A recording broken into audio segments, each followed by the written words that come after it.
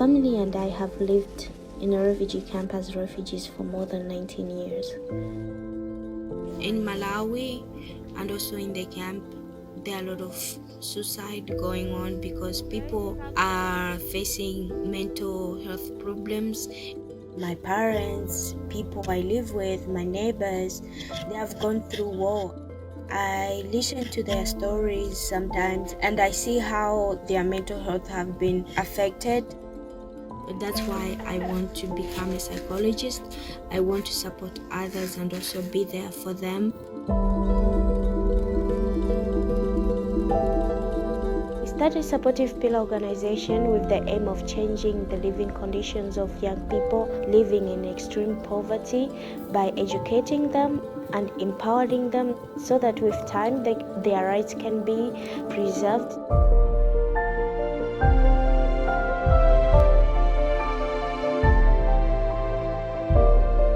noneho udufaranga yahembwaga twose yaradutangaga akaduturihira abana ku ishuri babakene uburyo wewe yashoboraga kurekeraho ntagire n'ikintu agira na gitoya ariko akabona amafaranga yo kurihira abana. But I'm not gonna give up, for real. I've come too far and I know I'm gonna make it one day.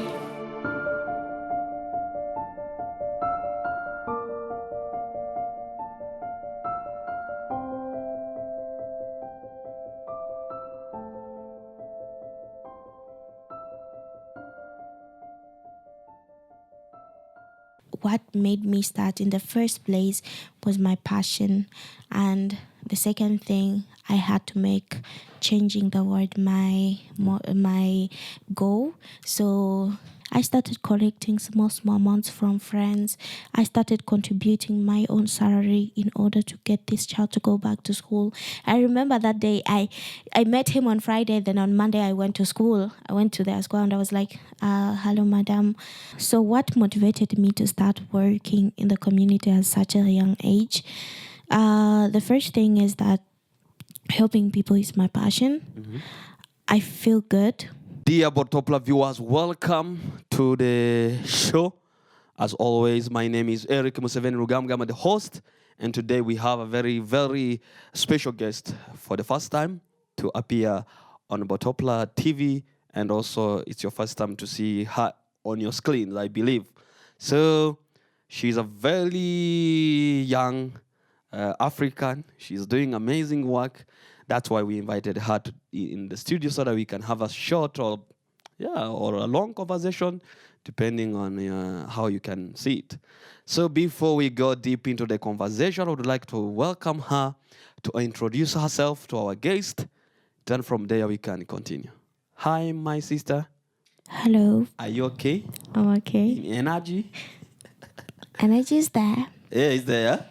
Energy is there. It's there. Okay. Yeah. Okay, I want like to have. I was telling people like this is a very fire show. It's fire. Let them be ready to get burned because where fire is, fire burn. So can you kindly introduce to our viewers so that they may know whom am I having in the studio right now? All right. So my name is Divine Mugisha. I'm the founder and the CEO of Supportive Pillar Organization. I'm a student pursuing my undergraduate at USIU Africa. I'm doing my Bachelor's of Arts in Psychology. Wow. Mugisha Divine. Okay. So where is your organization based, first of all? All right. So Supportive Pillar Organization is based in Malawi. Mm-hmm. So we are based in Malawi. We operate countrywide. So our team usually works remotely. Yes. So we don't have a physical office, but we hope to have one in future. Though we are using the technology, we are taking advantage of the technology in order to facilitate, all this widespread impact and team which is working together from all corners of the country. So you say you're from Malawi, if I can hear. So are you, how is it called, Malawian by nationality, or are you a citizen of Malawi in a simple way? Or you were born in Malawi, or you are from, the way I can see you are a part of Africa, you are an African. But which country, African. which your nationality exactly? Okay, I have double nationality. Yes. I'm Rwandan by nationality. Yes. Not like necessarily nationality as such, Yeah. but because my parents are from there. Yes. But I'm also Malawian by nationality because I've lived a long time in Malawi. Yeah, Long time, like how many years? like 20 years. 20 years. Yeah. And how many years do you have? I have 21. Saying that you have a nationality there, it's automatically, anybody can understand. You have been there for 20 years. Yeah. Let's go. Mostly the point I want us to focus on is about you, what you're doing. At young age, what made you to start such kind of initiative? What motivated you, first of all? So what motivated me to start working in the community at such a young age? The first thing is that helping people is my passion. Mm-hmm. I feel good. It's part of my hobby. It's my dream. It's my passion. It's something that I do and I really enjoy it. So at a young age, I enjoyed helping friends. I enjoyed helping the family.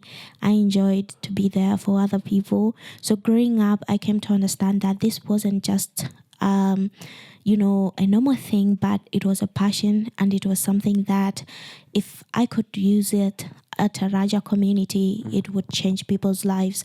So that's what really motivated me for the first time. I loved helping people. I was touched by their stories. I see people going through hard time. I see that they're, struggling in one way or the other.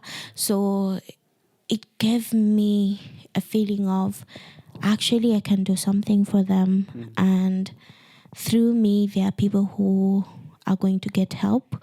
And it started like a joke. It started like with just this goal in mind, but I had no idea.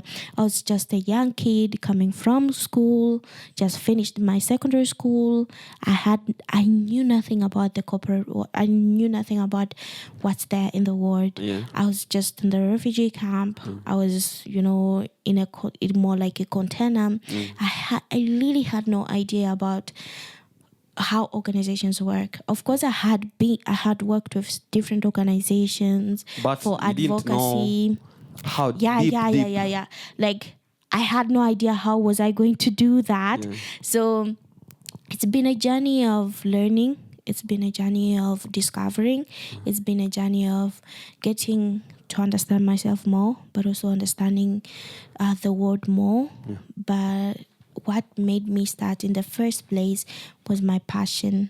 And the second thing, I had to make changing the world my goal. So whatever I do, I just want to be someone of an impact to the world.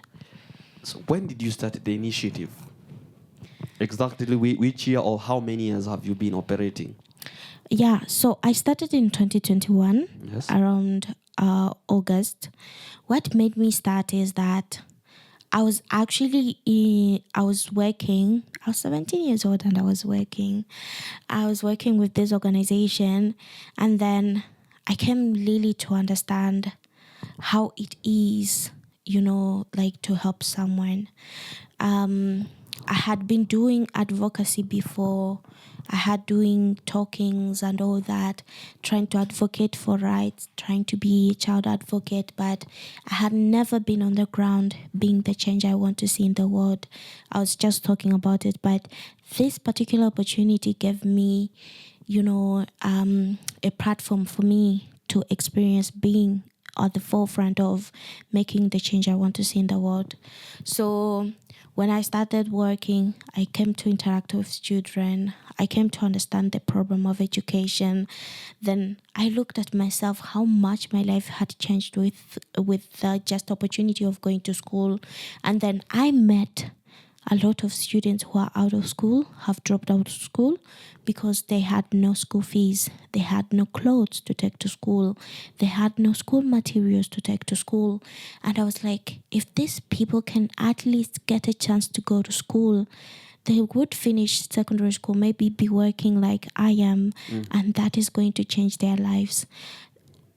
Or they get opportunities, they get access to scholarships, and that is going to change their lives. So I started with one student who was just out of school.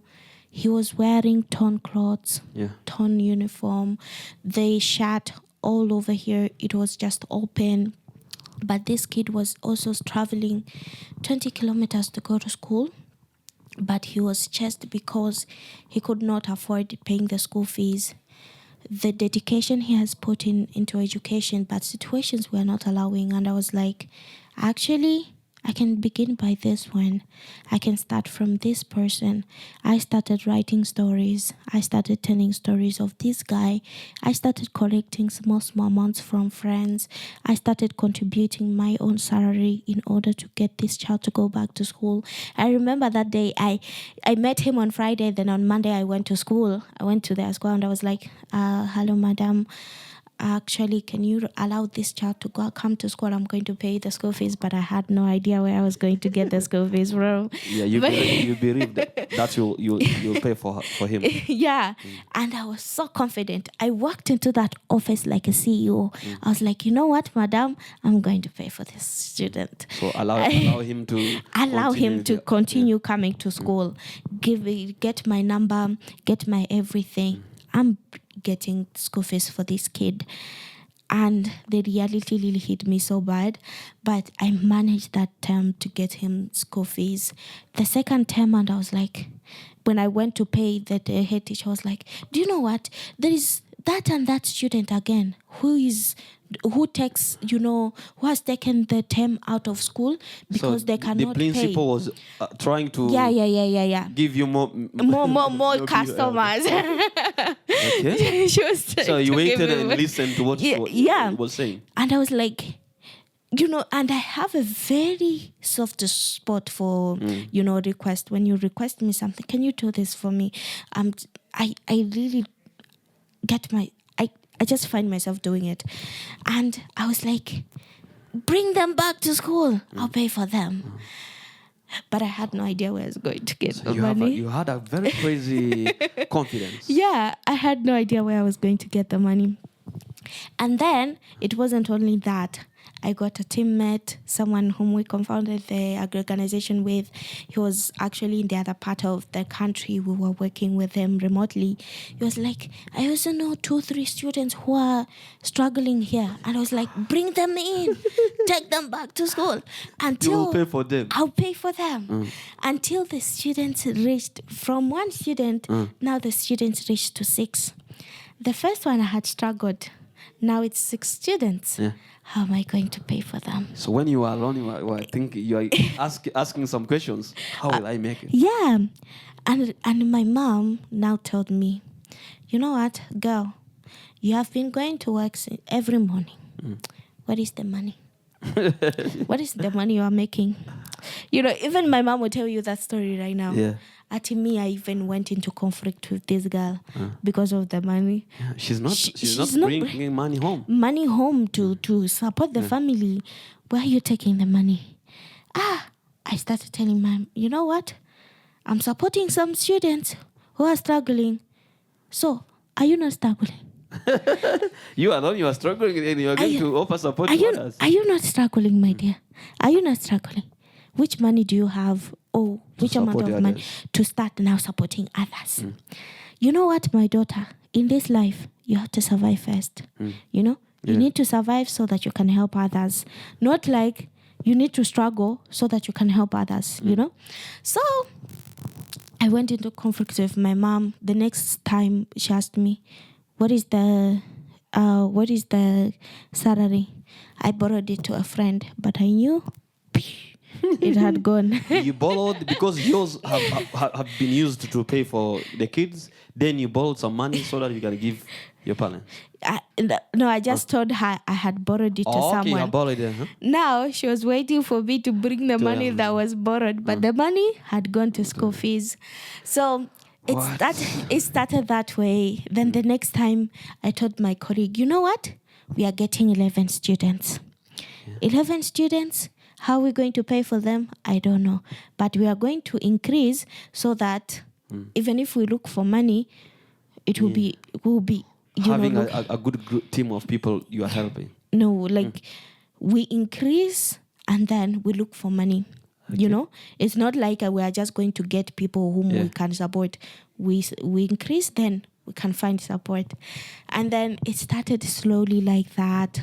I kept on telling the stories. I was posting on my Facebook, on your on my Facebook WhatsApp, on Instagram. I was talking to people. You know, if you read my poster, you don't answer, I'll go to your DM. I'll go to your DM. I'll even call you. So with time, you know, people just started, you know, you know what? Are you still doing the work you are doing? I really would love to help. So people were just responding on your comment? No, later they were coming to me now. Okay. At first, they were not responding anything. And then later they started coming to me. And that's how I started. It started with the need. It started with seeing the people in need and taking an initiative. Actually, I took a step which I didn't know how it was going to work. Yeah. I took a step which I thought it was going to be easy, but it wasn't easy. But at the end of the day, I was so persistent that I never gave up. And I feel like I'm growing each and every day. Yeah. The organization is growing each and every day. For how many people or how many kids do you support for now? 40. 40? Yeah. And you are helping them to pay school fees and what else? We pay for them school fees. We buy for them school uniforms, school materials. And that's how we help them. So 40? Yeah. So, what amazing. Do you think helping someone is when you have a lot or you have plenty that are extra, you give the extra, then what can you give, what message can you give to people who don't help? Yeah. In the name of I don't have. Last year I actually did a program to support people who are affected by floods in Malawi. And one of the things that everyone else was having millions to go and support these people, but I went there with my 100,000. I went there confidently with my everything. Like you're carrying a million. Very confidently. And it was just a small amount of money. We could only manage to buy some flour, maize flour for Gali.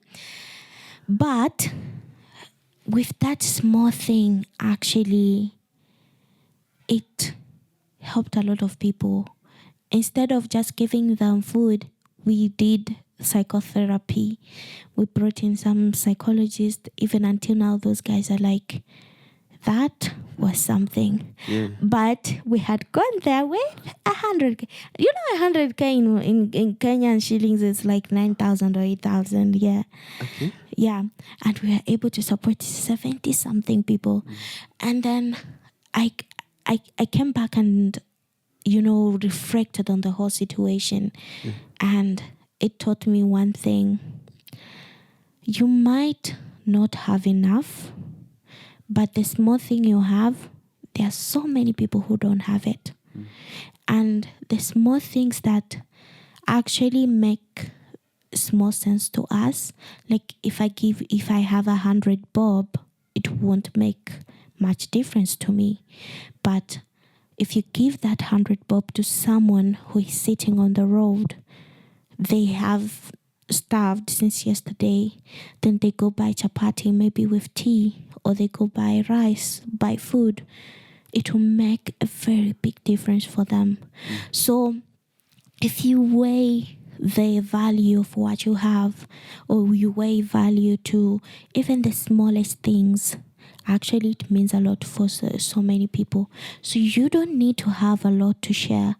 You need to have the heart of sharing. The time you feel like you want to share, don't let anything else stop you. Share. Is it a small coin? Give it out. Is it a lot? Give it out. Even that coin is going to change someone's life, you know? So you don't need to be enough for you to share. You just need to have the heart of sharing. Then everything else doesn't matter. So I would like to ask you, back in Malawi, in the camps or in urban, if you can tell us if in Malawi refugees are allowed to live in urban settlement, or they are just in the camps. So in the camps, are there other young people who are coming up with different initiatives to support people like you? Or how is it the situation? So if I tell you, okay, let me start here. Yeah. In the camp, like refugees in Malawi, they are not allowed to be urban refugees, to live in urban areas. They're not allowed to work. They're not allowed to do anything outside of the camp. So you're supposed to be in the camp, survive with whatever is there. That's all. But people tend to go out, of course. You know, there's this level of audacity you get when you are hungry. Huh? Yeah. You feel like you can lift the world, and sometimes laws tend to get very light when you are very hungry. So some people would take that risk of living in urban areas for them just to survive. But it's quite risky to do that and illegal to do that. So in terms of young people in Dzaleka, I'm telling you, there are so many capable young people, talented people, young people who can make a very big difference in the world. But where are they? They're in the camp. No opportunities. They are No closed nothing. in a small Box, small space. That thing is a box. Feels like a box. You can just move it around inside. There is nothing there. There is just, you're just supposed to leave. You know, that feeling of course, it's a camp. You are here to survive. You are here to feel safe. But at the end of the day, I'm telling you, that's a prison where people are protected from the criminals. Well, prisons make criminals encroach criminals so that people can be protected. You know, like it's the opposite of the other. So I really see many capable young people, many young people with potential, young people who can change the world, young people who can transform other people's lives, but there is no opportunity. There is no space for that. If I tell you, for me to be who I am today, it was a struggle. It was a fight. It was like fitting myself in a very small hall, trying to move, trying to, to survive. I just can't explain how it came to this, but it's a very tough situation whereby many people do not manage to get through. So I have seen you on your Instagram, some documentary you did, and probably have you ever been traveled abroad to maybe share with the world what you were doing? What was the documentary about? Yeah, so the documentary is called A Divine Journey. My name is Divine, so it's a divine journey. It's my journey. It talks about, it just documents my life. I started it when I was in the refugee camp. I was hopeless. I was very young, trying to help the community, trying to overcome my depression, trying to help the community, trying to to outdo myself and struggling and all that, and to the point where I am today. And it just talks about that path. It's a path whereby many people actually fall down, actually they give up and all that. So it's a journey. It's a journey that was documented to talk to the world, talk to young people, talk to everyone that even if you have small things, even if you are struggling, you can still make a change in the world. Even if you are not enough, there's still more something that you can do. Smallest things you can do, smaller, to the end of the day, it becomes bigger. And what it means to give an opportunity to someone, what a single person, a young person, a young woman can do and develop into. So it's a documentary that is going to document my life to 10 years to come. So it's just about where I started from, the smaller I started, and how big I'm going See to yourself grow. into the next 10 years. How do I see myself in the 10 years? Of course, I can see myself growing. And that's the documentary. It's documenting all of that. So that young people out there, I believe in the power of storytelling, in the power of being the role model. We have very few role models for refugees, but when you see that one person can be like, actually, she's a girl like me. She's a refugee like me. She's younger than me. Or maybe she's younger like me. Or maybe I'm going to, she started at my age. You find that it gives you that security of saying that she did it, I can do it too. But also at the end of the day, we have to talk about, I did it this way, that way, this way, so you can actually try it too. So it's about empowering people by storytelling, And inspiring them, by being that role model, that one person they can look up to, that one person who is accessible to them, that one person whom they can relate to. So you've been in Kenya where you are pursuing your studies, and I believe you have been in some forums where refugee young readers are gathered for different topics or different reasons. So how can you, according to your point of view, how can you say the refugee space here in Kenya? How did you view it? Are they at least in a good way, place, or are they at least having a good opportunity? What can you say about the space here in Kenya? So on that question, I'm telling you the world needs to learn a lot from Kenya. The world needs to learn a lot from Kenyans. Because when I just traveled here, I actually saw what life can be. Actually, if we saw a 2-story building, you would start, you would actually stand there and take a photo, because it's something that is not much there in Malawi. And me growing up in a refugee camp whereby I was just seeing all these glass houses. So seeing the world outside of where I came from, it felt like an achievement for me. And it kind of showed me that actually the world can look like this. I was like, oh, so people can work. Oh, so you can be a refugee and work. And it really gave me an idea of how much the world needs to learn from Kenya. How it's facilitating refugees to live like any other person. I'm telling you, if I had that chance of living like any other person, or many people wouldn't be the same, and the world wouldn't be the same if refugees were given a chance to live like a normal person. It's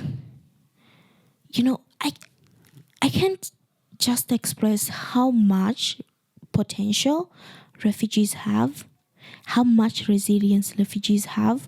Let me tell you, in life, either you are skilled or what, with these problems we face each and every day, we need a resilient person. If you bring me someone who is an expert and someone who is a resilient person, I would go for the resilient person, because through ups and downs, we are together. Yeah. You know, when things go wrong, we are together. We know we'll bounce back together. And that's the quality of refugees. They're so resilient. They try to use small opportunities. They try to make big things out of small things. They try, you know, to move even when the weight that is pulling them back, it's so much, you know. These people need opportunities. They need to be recognized. They need to live as human beings, just like any other, you know. So if they can be given opportunity to live like a normal person, to read life like a normal person, that would make a lot of difference. Being in the forums of refugees, being in the being with visiting their works, it really gives me a picture of, actually the first time I heard about CBOs, up and refugee CBOs, it was on the Samuel's Hose workshop, and I was like, does that exist? And there were many. So many, like so many, you know. I was like, wow. So that actually exists. You wish to see it happen in your I wish to see it happen. Not anything else, but that liberty, you know, that liberty of living as a human being, whereby you don't just, you know, I'm a refugee everywhere, but given that opportunity to live, you know, as divine, to live as you, Museveni, to live. You exploit your potential without any limit. You exploit your potential. Be the amazing human being you are born to be. You know, that's what we all need. I hope our brothers and governments from all the countries in Africa that host refugees should learn to give time to their people, because we are Africans and we are in Africa. I believe when people leave Africa and maybe resettled outside Africa, they live a very amazing life. They have quite a lot of opportunities, like the citizen of the country which they have resettled to. So I imagine myself, what's wrong with Africa? What's wrong with African countries and their governments? Why could they put some people or their citizens, because they are African, in such kind of life? But we are hoping through advocacy and also refugees showcasing resilience, we have to prove them that refugees are not problems. They are solutions of many problems. You can even be blessing to their countries. So it's a journey. I know a journey is not easy, but we are just on the right track, and we believe in few years something will change and refugee will be enjoying to live in the African continent the same way they could live abroad, because abroad after some time a refugee get a status of they can work, they can live wherever they want. Even I don't see camps abroad. I see all of them, they live in urban. So Africa, we should learn about the Western countries, what they do to our brothers and sisters, Africans who get resettled there. Let it create the opportunity and the space also here in Africa. As we wind up this conversation, because of time, I know you have many other engagement. I would like to ask if people want maybe to read your stories, and maybe if they want to support your call, how could they found you? Please reach out to us through our email, through our website. Our website is Conservative Pillar Organization. You'll be able to see our work, our updates, upcoming projects, and through the way they can support you. The way you can support, but also we have our social media handles, which I've just mentioned. You can also reach out to us through that. We are always there to respond. One message to the refugee young readers who are walking the very difficult journey like you started. What message? Maybe would you want to encourage them? Do you want to request something to them? Any message you would like to give to the young refugee readers from different countries, not necessarily back home in your country, but from different countries? What message? I love this year's World Refugee Day theme. Together in solidarity, we move towards a world where refugees are welcome. The world is it changes very slow. It's very slow in changing, but we can change ourselves. Let's create a world where refugees are welcome. Let's start with us. Let us be the change we want to see in the world. Let's create that world for ourselves and then wait for the world to change. Keep fighting, be resilient, be persistent, keep on fighting. At the end of the day, there's always, there will always be something good out of it. It might not seem to make sense now, but years to come, our children, our grandchildren, they'll look back and say, actually, they started by that one person. Actually, there's so much happening because there was someone who was persistent. There was someone who sacrificed that. So if the world is going to change towards refugees, it should start with us, and it should start now. No giving up, no going back. We take a step. When we can't, we stand where we are. Then we take another step, another day, but there is no going back. Never give up. Don't lose hope. There is always, good things at the end of the road. Light at the end of the tunnel. At the end of the tunnel. Thank you so much, Divine Mugisha, for your time to be with us in this conversation. I would like also to remind our viewers all over the world, you can just, if you want to interact with us, go in the comment section, drop some comment, say something, because Mugisha is doing amazing job, and the way she started, it's like, it's funny, but at least she's making a big impact. She started with one kid, now they're around 60 or 40. So at her age, it's a very fantastic to what we are doing. We are hoping so that God can open more doors, so that I believe you have very big dream.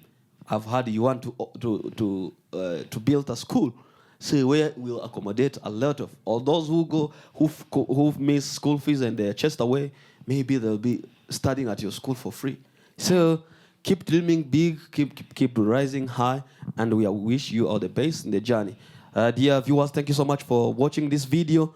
My name is Eric Museveni Rugamga, and this is BORTOPRA Television, where refugee matters are raised and discussed.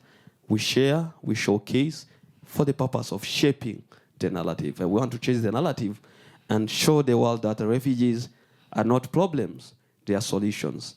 They are not cursed. They are people who can contribute a lot. So let's give them space, let's give them opportunity so they can change their lives and change the lives of your fellow people who are hosting them. So it's possible. Rome was not built in one day. So let's keep supporting each other. See you in the next video. Thank you so much for tuning. Bye-bye.